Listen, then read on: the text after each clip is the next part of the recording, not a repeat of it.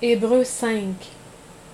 Or tout grand prêtre, pris parmi les hommes, est établi pour les hommes dans les choses qui concernent Dieu, afin qu'il offre des dons et des sacrifices pour les péchés, étant capable d'avoir de l'indulgence pour les ignorants et les égarés, puisqu'il est aussi lui-même enveloppé d'infirmité. Et c'est à cause de cette infirmité qu'il doit offrir des sacrifices pour ses propres péchés comme pour ceux du peuple. Et nul ne s'attribue cet honneur, si ce n'est celui qui est appelé de Dieu comme le fut Aaron.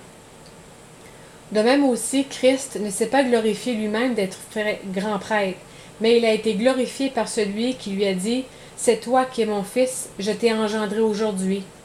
Comme il lui dit aussi, dans un autre endroit, « Tu es prêtre éternellement, selon l'ordre de Melchisédek.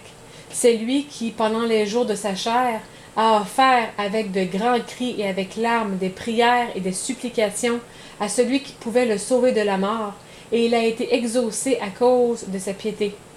Bien qu'il soit le Fils de Dieu, il a pourtant appris l'obéissance par les choses qu'il a souffertes. Après avoir été consacré, il est devenu l'auteur du salut éternel pour tous ceux qui lui obéissent, étant appelé de Dieu à être grand prêtre selon l'ordre de Melchisédek, de qui nous avons beaucoup de choses à dire, mais elles sont difficiles à expliquer parce que vous êtes devenus paresseux à écouter.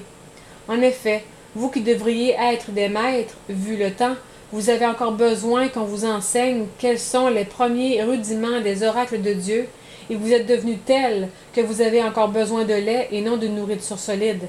Or quiconque use de lait ne sait pas ce que c'est que la parole de la justice parce qu'il est un enfant. Mais la nourriture solide est pour ceux qui sont déjà hommes faits, pour ceux qui par l'habitude ont leur sens exercé à discerner le bien et le mal.